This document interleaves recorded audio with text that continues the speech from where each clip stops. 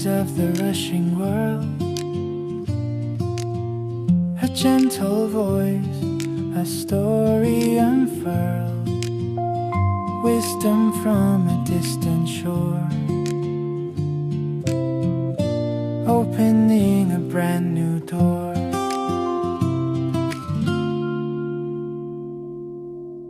The rain is tapping softly against the window pane this afternoon, a rhythmic sound that seems to wash away the microscopic dust of a weary mind. On days like this, the chill in the air makes us crave a specific kind of warmth, the kind that doesn't come from a heater, but from a hand held tight, or a memory revisited. As you pause in the middle of your bustling life to catch your breath, I want to sit beside you. Let's turn the pages of a story together, speaking in a voice, perhaps a little quieter and more deliberate than usual. Today, we journey through the heart of Kyung-sook Shin's masterpiece, Please Look After Mom. When this novel won the Man Asian Literary Prize in 2012, it didn't just make literary history.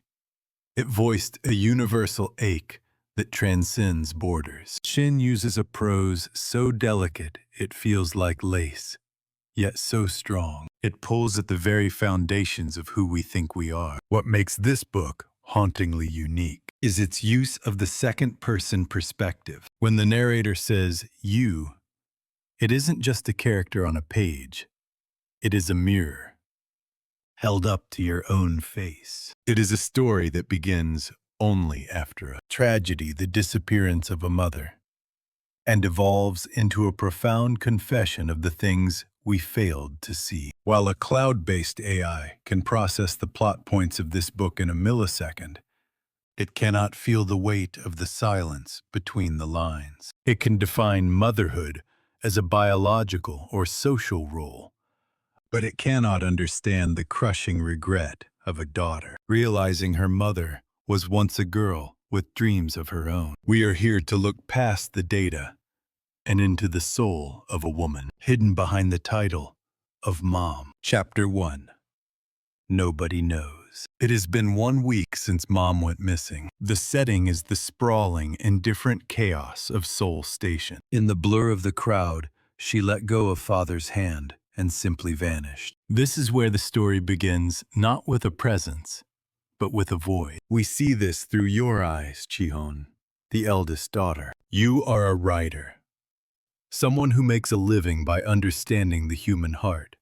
Yet you find yourself paralyzed by how little you actually know about the woman who gave you life. It has been 1 week since Mom was lost. This sentence hits like a physical blow. As you sit down to draft a flyer, a desperate piece of paper, to be taped to cold utility poles, you realize the absurdity of your ignorance. You need her birth date, but you have to double-check it. You look for a photo, but in every snapshot, Mom is a blur in the background, or her face is turned away, or she is shadowed by the children she is tending to. Why is there no clear image of her? Perhaps it is because you never truly looked at her. You remember the day she disappeared. Father walked ahead, as he always did, assuming she was following in his wake. He didn't look back until the distance between them had become an unbridgeable chasm. We often treat our mothers like the air we breathe, vital, constant,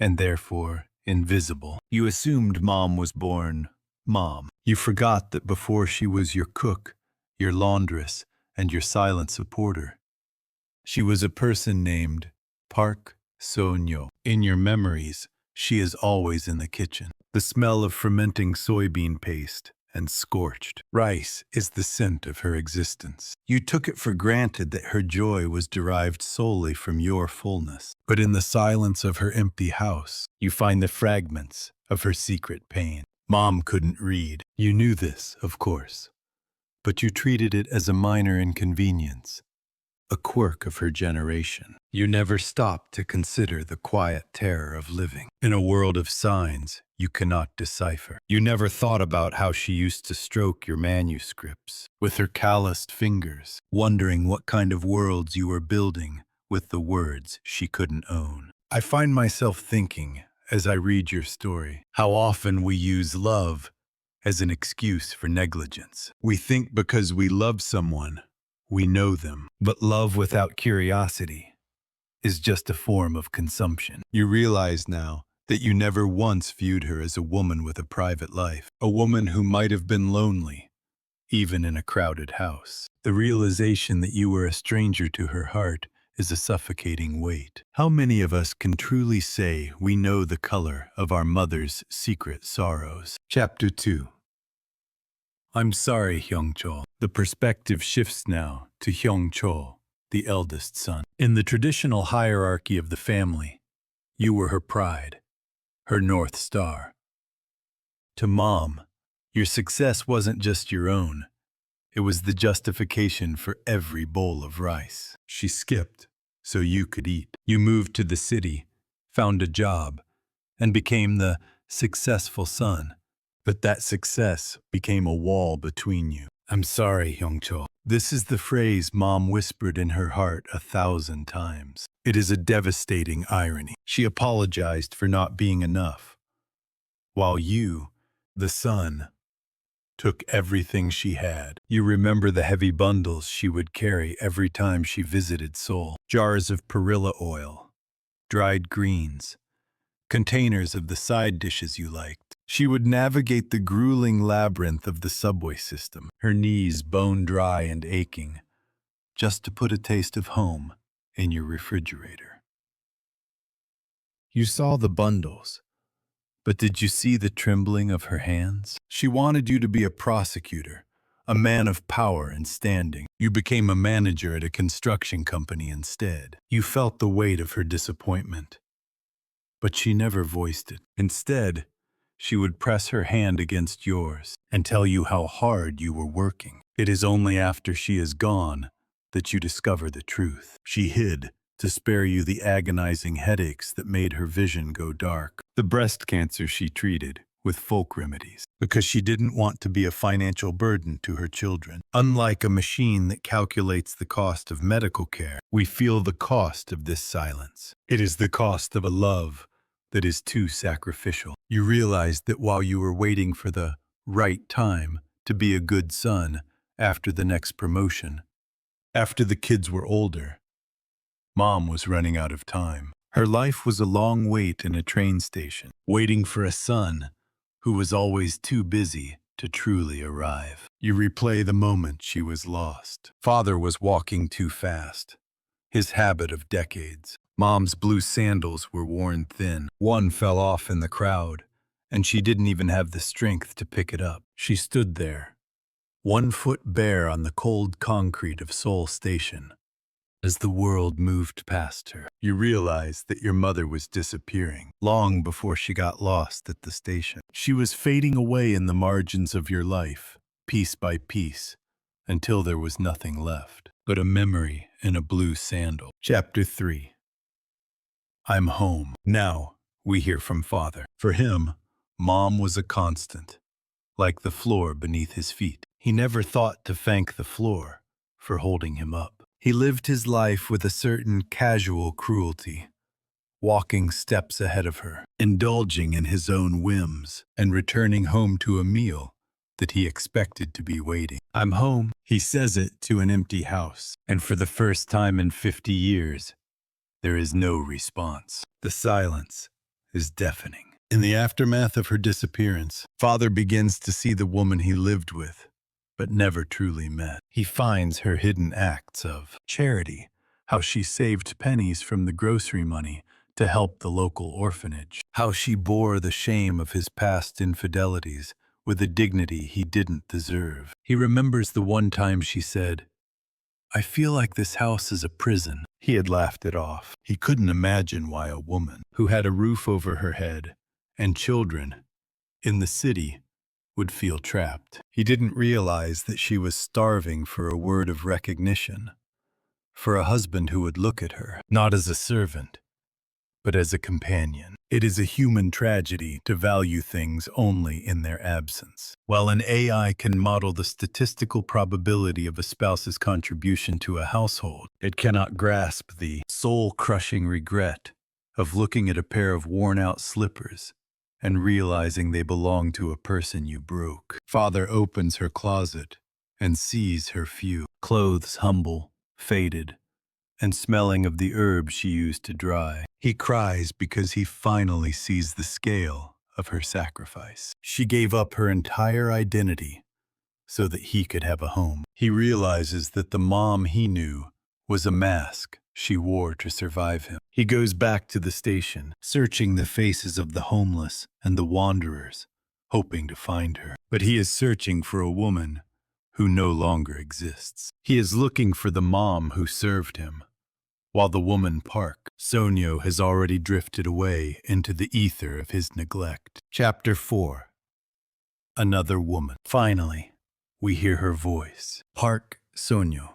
Not mom, not wife, but Sonyo. In the final movement of the novel, she speaks as a spirit, wandering through the places and people she loved. She is no longer bound by the expectations of her family. We discover that she had a secret, a man she loved, a place where she was just a girl, a part of her soul that she kept locked away, so it wouldn't be trampled by the demands of her daily life. She visits her children one last time. She doesn't go to scold them. She goes to tidy their kitchens, to touch their foreheads while they sleep, to offer a final, silent blessing. Even in death, her instinct is to nurture. But there is a shift. She realizes that her children will be okay. The grief will change them, perhaps make them better people, but they will survive. Her voice is calm, almost ethereal. She reflects on the beauty of the world she is leaving. The way the sunlight hit the jars on the terrace, the sound of the wind through the trees in her village. She was a woman who found poetry in the dirt and the steam of a cooking pot. She wasn't just a victim of sacrifice. She was a master of endurance. Through her eyes, we see the profound difference between existence and living. She existed for her family, but she lived in the small, secret moments of her own heart. She reminds us that every mother is a vast, uncharted continent. What we see, the meals, the laundry, the nagging, the worrying, is just the coastline. The interior is filled with mountains and rivers we will never cross if we don't take the time to ask the way. As she moves toward the light, she isn't looking back at her suffering. She is looking forward to peace. She has fulfilled her contract with the world. She has looked after everyone now. It is time for someone to look after her. The journey through Please Look After, Mom concludes in the shadow of the Pietà in Rome. The daughter, Chihon, stands before the statue of Mary, cradling the broken body of her son. But Chihon isn't thinking of the son. She is looking at the mother's face. She realizes that the prayer, "Please look after Mom," isn't a request for her return to the kitchen or the station. It is a plea for her soul to find the rest she was never granted on earth. As I close this book, a thought lingers in the quiet of this room. How many Park Sonyos are currently sitting in kitchens across the world, waiting for a phone call that won't come until it's too late? We live in an age of data and speed, where we can connect with the entire world in a heartbeat. Yet we often fail to connect with the person in the next room. An AI can analyze this script for keywords and sentiment, but it cannot feel the lump in your throat as you think of your own mother's aging hands. This ache you feel is the most human thing about you. It is a reminder that love is not a passive state, but an active pursuit of understanding. Don't wait for a tragedy to start your own search. You don't need a flyer or a newspaper ad. You just need to listen. Ask her about her childhood. Ask her what she dreamed of before you were born. Call her tonight and say something as simple as, "Did you eat?" In that small, ordinary question lies the warmth she has been giving you your entire life. Thank you for spending this time with me, listening to these sentences, and sharing this space. May your heart find the resonance it needs, and may you look after the ones you love with eyes that truly see. I wish you a night of deep peace and reflection. Goodbye.